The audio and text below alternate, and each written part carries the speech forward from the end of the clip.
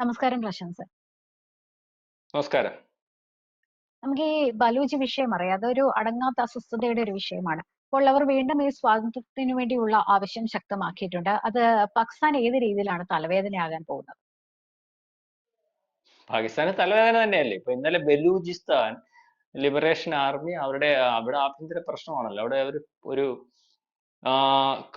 Committee അതുപോലെ അല്ലെങ്കിൽ ഒരു യോഗം കൂടിയിട്ട് BRAS, അതായത് പുതിയൊരു സംഘടന രൂപീകരിച്ചത്. ഇതേ സംഘടന എന്ന് പറഞ്ഞാൽ ബലൂചിസ്ഥാൻ ലിബറേഷൻ ആർമിയുടെ കൂടെ Balochistan liberation fund, Balochistan liberation ഈ ഗാർഡ്, അതുപോലെ തന്നെ സിന്ധു ദേശ് ലിബറേഷൻ ആർമി. അപ്പൊ അങ്ങനെ ഒരു 4-5 സംഘടനകൾ ഒന്നിച്ച് ഇനിയിപ്പോ പാകിസ്ഥാനെതിരെ അവര് സ്വതന്ത്രമായിട്ട് ബലൂചിസ്ഥാന്റെ സ്വാതന്ത്ര്യം അല്ലെങ്കിൽ സ്വതന്ത്ര ബലൂചിസ്ഥാൻ ആയിരുന്നു അവരുടെ അജണ്ട. പക്ഷെ ഇവരുടെ എല്ലാം ഒരേ ആശയമായിരുന്നെങ്കിലും പലതായിട്ടായിരുന്നു, 4-5 സംഘടനകളായിട്ടായിരുന്നു നിന്നിരുന്നത്. അപ്പൊ ഇതെല്ലാം കൂടെ ഒന്നിച്ച് ഒരു സൈനിക നീക്കം നടത്തുന്നതിന് വേണ്ടി അല്ലെങ്കിൽ ഒന്നിച്ചു പോരാടുന്നതിന് വേണ്ടി തീരുമാനിച്ചിട്ടുണ്ട്. ബലൂചിസ്ഥാൻ മേഖലയുടെ ഒരു പ്രത്യേകത എന്ന് പറഞ്ഞാൽ ബലൂചിസ്ഥാൻ ശരിക്കും പാകിസ്ഥാനിൽ നിന്ന് വിട്ടുപോയിട്ടുണ്ട്. 38 ജില്ലകളിനകത്ത് 8-9 ജില്ല പൂർണ്ണമായിട്ടും ഈ പറയുന്ന ബലൂചിസ്ഥാന്റെ കീഴിൽ തന്നെയാണ്. കാരണം അവിടെ പാകിസ്ഥാൻ ആർമിക്കോ പോലീസിനോ ഒരു സംവിധാനങ്ങളോ ഗവൺമെന്റ് സംവിധാനങ്ങളോ കയറാൻ പോലും സാധിക്കാത്തൊരവസ്ഥ. പിന്നെ ഇവരുടെ ഒരു നീക്കം എന്ന് പറഞ്ഞാൽ ഇതാണ്, ചാവേറുകളാണ്. കാരണം അവർക്ക് മരിച്ചാലും കുഴപ്പമില്ല, അവര് വിചാരിക്കുന്ന കാര്യം നടക്കണം. അതായത് അവര് വിചാരിക്കുന്ന പറഞ്ഞാൽ ഞങ്ങളുടെ മരണം അല്ലെങ്കിൽ ഞങ്ങൾ അതിന് തീരുമാനിച്ചിരിക്കുന്നു, ഞങ്ങളുടെ പിൻഗാമികൾക്കെങ്കിലും സ്വാതന്ത്ര്യം ഉണ്ടാവണം. അപ്പൊ അതേ രീതിയിലുള്ള ഒരു പോരാട്ടമാണ് ഈ ബലൂചിസ്ഥാനിൽ നടക്കുന്നത്. രണ്ടാമത്തെ പ്രധാനപ്പെട്ട ഒരു കാര്യം എന്ന് പറഞ്ഞാൽ ചൈനയുടെ അധിനിവേശം എന്ന് പറഞ്ഞാൽ ബലൂചിസ്ഥാൻ കേന്ദ്രീകരിച്ചാണല്ലോ ചൈന നിൽക്കുന്നത്. കാരണം അവിടെ ഈ ധാതു സമ്പത്തുകൾ കണ്ടമാനമുണ്ട്. അപ്പൊ അതിനകത്തും വലിയൊരു പ്രക്ഷോഭം പാകിസ്ഥാനിൽ ഉടനീളം നടക്കുന്നുണ്ട്. കാരണം ചൈനയുടെ സ്വാധീനം ഭയങ്കരമായിട്ടുണ്ട്. കാരണം പാകിസ്ഥാൻ ഈ ചൈനയുടെ കയ്യിൽ നിന്ന് മേടിച്ച കാശെല്ലാം കൂടെ പാകിസ്ഥാൻ കൊടുത്താലും തീരാത്തെന്നുള്ള കടമുണ്ട്. അപ്പൊ അത് കൊടുത്തതെന്ന് പറഞ്ഞാൽ അവർക്ക് അവിടെ ഒരു അധിനിവേശത്തിന് വേണ്ടിയാണ്. ചൈനയുടെ ഒരു സ്വഭാവം അറിയാം, ഈ ചെറിയ ചെറിയ പട്ടിണി കിടക്കുന്ന രാജ്യങ്ങളെ സഹായിക്കുന്നതിന് എന്ന പേരിൽ പൈസ കൊടുക്കുക, എന്നിട്ട് അവരെ അതിനകത്ത് പെടുത്തി വെക്കുക. അപ്പൊ ബലൂചിസ്ഥാനിൽ ലക്ഷ്യം വെച്ച് അവിടെ വിമാനത്താവളമൊക്കെ പണിഞ്ഞ് അവിടെ വിമാനം ഇറങ്ങാൻ പറ്റാത്ത അവസ്ഥ, അവിടെ ഒരു പോർട്ട് ഉണ്ട്, അത് കൈകാര്യം ചെയ്യാൻ പറ്റാത്ത അവസ്ഥ. അതായത് കോടാനുകോടി മില്യൺ കണക്കിന് പൈസ മുടക്കിയിട്ട് പെട്ടു നിൽക്കുകയാണ്. മാത്രവുമല്ല അവിടുത്തെ ഇവരുടെ പ്രധാനപ്പെട്ട ഉദ്യോഗസ്ഥരെയാണ് ഈ ചാവേർ ആക്രമണത്തിൽ കൊന്നുകൊണ്ടിരിക്കുന്നത് ബലൂചിസ്ഥാൻ.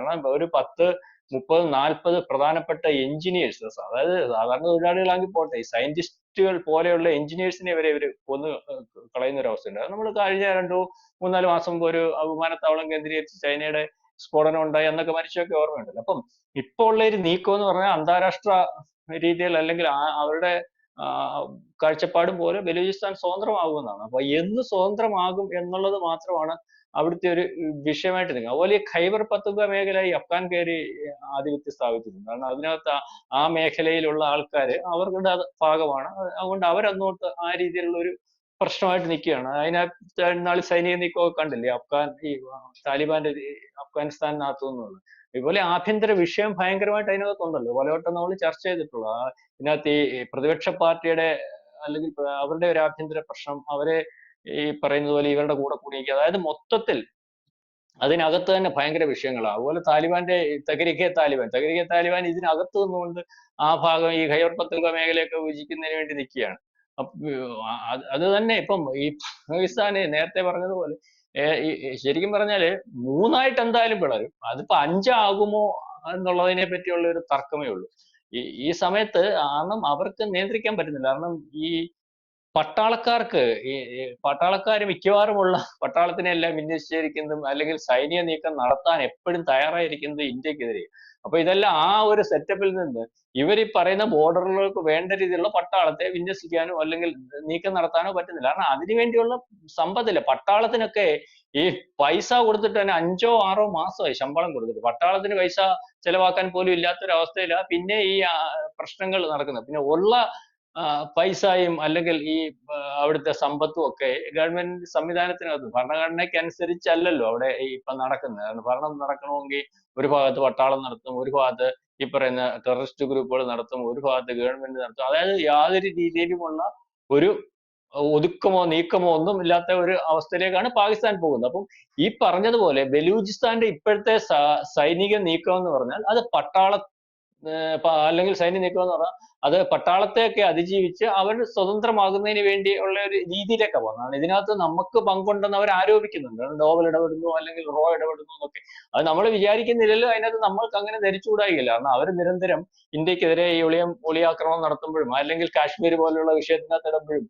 ഇപ്പൊ ഏറ്റവും അവസാനം ഈ ബംഗ്ലാദേശ് വിഷയത്തിനകത്ത് അവർ നിൽക്കുന്ന ഒരു അവസ്ഥയും, അതായത് നമ്മളെ അകത്തോട്ട് ഈ ടെററിസ്റ്റ് ഗ്രൂപ്പുകളെ കടത്തിവിട്ട് ഇന്ത്യ മഹാരാജ്യത്തിനകത്ത് പ്രശ്നം ഉണ്ടാക്കാൻ നിൽക്കുമ്പോൾ സ്വാഭാവികമായിട്ടും ഇന്ത്യയെ പോലുള്ള ഒരു രാജ്യം, അതും ഇപ്പോഴത്തെ ഒരവസ്ഥ, പണ്ടും നമ്മൾ അതിനകത്ത് ഇടപെടുന്നുണ്ടായിരുന്നു എന്നുള്ള ആക്ഷേപമുണ്ട്. അല്ലെങ്കിൽ അവിടെ നടക്കുന്ന ഈ ടെററിസ്റ്റ് ഗ്രൂപ്പുകളുടെ പരസ്പരം പോരാട്ടവും ഈ പറയുന്ന പള്ളികൾക്കകത്ത് നടക്കുന്ന സ്ഫോടനത്തിനകത്തും ഒക്കെ ഇവിടുത്തെ രഹസ്യാന്വേഷണ വിഭാഗത്തിന് പങ്കുണ്ടെന്ന് പറയുന്നുണ്ട്. ഇപ്പൊ പിന്നെ അറിയാമല്ലോ, 2014 ശേഷം അജ്ഞാതം കയറി ഇറങ്ങി ഇന്ത്യക്കെതിരെ നിന്നിട്ടുള്ളതും ഇന്ത്യയുടെ വിമാനം റാഞ്ചിക്കൊണ്ട് പോയിട്ടുള്ളതും ഇന്ത്യക്കെതിരെ നീക്കം നടത്തിയിട്ടുള്ളവരുടെ എല്ലാം തീർക്കുന്ന ഒരു അവസ്ഥയുണ്ട്. അപ്പം ഇപ്പോഴത്തെ ആഭ്യന്തര കലഹത്തിനകത്ത് വളരെ കൃത്യമായ ഇടപെടൽ ഇന്ത്യയുടെ ഉണ്ടെന്ന് അവർ ആക്ഷേപം ഉന്നയിക്കുന്നു. പക്ഷെ അവർക്ക് തെളിവുകളൊന്നും തരാൻ സാധിക്കില്ല. അതിൽ ബലൂചിസ്ഥാന്റെ ശക്തമായ നീക്കം, ബലൂചിസ്ഥാന്റെ സൈനിക നീക്കത്തിനകത്ത് അല്ലെങ്കിൽ ബലൂചിസ്ഥാന് ബലം പകരുന്നത് ഇന്ത്യയാണെന്ന് പറയുന്നത്. അപ്പൊ ഈ ബലൂചിസ്ഥാന് വേറെ കാര്യമുണ്ട്, അവർക്ക് സ്വതന്ത്രമായില്ലേലും പ്രശ്നമല്ല, ഇന്ത്യയുടെ കൂടെ കൂടിയാൽ മതി എന്നുള്ള രീതി. അപ്പൊ ഇന്ത്യ അതിന് വേണ്ടി ഒരു പച്ചക്കൊടിയൊന്നും കാണിച്ചിട്ടില്ല. കാരണം വേറെ രാജ്യത്തെ വിഭജിച്ച് നമ്മുടെ കൂടെ ചേർക്കുന്നതിനകത്ത് അന്താരാഷ്ട്ര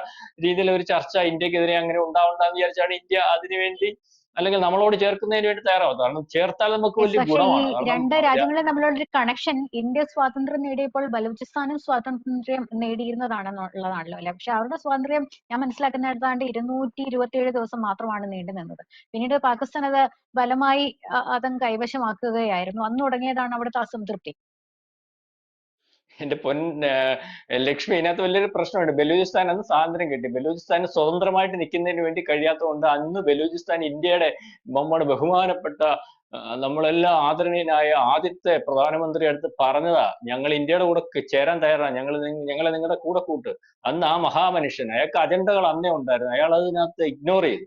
ആ സമയത്താണ് ബലൂചിസ്ഥാനെ പാകിസ്ഥാൻ സൈന്യം കീഴ്പ്പെടുത്തി അവരുടെ കയ്യിൽ വെക്കുന്നത്. അതായത് ഈ ബലൂചിസ്ഥാനും പാകിസ്ഥാനും തമ്മിൽ യാതൊരു പൊരുത്തവുമില്ല. കാരണം അവരുടെ ഭാഷ, അവർ ഗോത്രവർഗ്ഗക്കാർ, അവരുടെ രീതികൾ, ഈ രണ്ട് ആൾക്കാരെ തന്നെ കണ്ടാൽ തന്നെ തിരിച്ചറിയാൻ പറ്റും. എല്ലാ രീതിയിലും വ്യത്യസ്തം. അന്ന് തൊട്ടേ അവിടെ അസ്വസ്ഥയാണ്. പാകിസ്ഥാന്റെ ഈ സൈനികം അടിച്ചമർത്തി വെച്ചിരിക്കുന്ന അവർക്ക് ഈ പരമ്പരാഗത മേഖലയിൽ അല്ലെങ്കിൽ മത്സ്യത്തൊഴിലാളികൾ അങ്ങനത്തെ ഉള്ള രീതിയിലുള്ള ജീവിതമാർഗമൊക്കെ, അപ്പൊ അതിനെയൊക്കെ അന്നേ ഇവര് തടയിടുന്ന രീതിയിലും അല്ലെങ്കിൽ അവരെ ഒരു രണ്ടാം തരക്കാരായിട്ട് കണ്ടാണ് ഈ പാകിസ്ഥാൻ പൊക്കോണ്ടിരുന്നത്. എന്നും ഉപദ്രവിച്ചുകൊണ്ടിരുന്നു, പീഡിപ്പിച്ചുകൊണ്ടിരുന്നു. അങ്ങനെ അതിനകത്തൊന്നും സ്വയമേ ഉണ്ടായ ഒരു ചാവേർ സംവിധാനമാണ് ബലൂചിസ്ഥാൻ ലിബറേഷൻ അല്ലെങ്കിൽ സ്വതന്ത്ര ഗ്രൂപ്പ് എന്ന് പറഞ്ഞിട്ട് വന്ന ഈ പ്രസ്ഥാനം. അപ്പൊ ഇപ്പൊ അത് ബലപ്പെട്ടു പോയി. കാരണം അവര് ഒന്നുകിൽ മരിക്കുക അല്ലെങ്കിൽ വിജയിക്കുക എന്നുള്ള രീതിയിലേക്ക് കാര്യങ്ങൾ നീക്കി. അപ്പം അത് ഈ പറയുന്ന ബലൂചിസ്ഥാൻ ഇന്ത്യയുടെ ഭാഗമായിരുന്നേനെ, ഇന്ത്യയുടെ ഭാഗമായിരുന്നെങ്കിൽ അത് ഇന്ത്യക്ക് വേണ്ടി നേട്ടമായിരുന്നേന്. ധാരാളം ധാതു സമ്പത്തുകൾ ഒക്കെ ഉള്ള ഒരു പ്രദേശമാണ്, വളരെ വലിയൊരു പ്രദേശമാണ്. ഇത് ബലൂചിസ്ഥാൻ വിട്ടുപോയാൽ പാകിസ്ഥാനിന്റെ വളരെ വലിയൊരു ഭൂപ്രദേശമാണ് പോകാൻ പോകുന്നത്. അപ്പം അത് നമ്മുടെ തീരുമാനങ്ങളും നിലപാടുകളും പണ്ട് നമ്മുടെ ഈ പറയുന്ന ഭരണാധികാരികൾ നമുക്ക് വേണ്ടിയല്ല എടുത്തിരുന്നത്, അവർ വേറെ ചില താല്പര്യങ്ങൾക്ക് വേണ്ടി നടത്തിയിരുന്നു. അപ്പൊ ഇപ്പൊ അതിന്റെ ഒരു വിഷയമുണ്ട്. ഇപ്പൊ ഇനി ബലൂചിസ്ഥാൻ സ്വതന്ത്ര രാജ്യമായിട്ട് അവർ മാറും. അവരത് പിടിച്ചടക്കി, അവരുടെ കയ്യിൽ തന്നെയാണ് സംഭവം. യാതൊന്നും പാകിസ്ഥാൻ ഇനി ഔദ്യോഗിക പ്രഖ്യാപനം എന്നത് മാത്രം നമ്മൾ പ്രതീക്ഷിച്ചാൽ മതി. അപ്പൊ ആ ഒരു അവസ്ഥയിലേക്കാണ്. ശക്തമായ സൈനിക നീക്കമാണ് പാകിസ്ഥാനെതിരെ ഇപ്പൊ ബലൂചിസ്ഥാൻ പ്ലാൻ ചെയ്തിരിക്കുന്നത്, അല്ലെങ്കിൽ നടന്നുകൊണ്ടിരിക്കുന്നു. അതിന്റെ നീക്കം ഇനി വളരെ ശക്തമായിരിക്കും. കൂടുതൽ വാർത്തകളും വിശേഷങ്ങളും നിങ്ങളിലേക്ക് എത്താൻ ABC മലയാളം സബ്സ്ക്രൈബ് ചെയ്യുക, ബെൽ ബട്ടണും അമർത്തുക.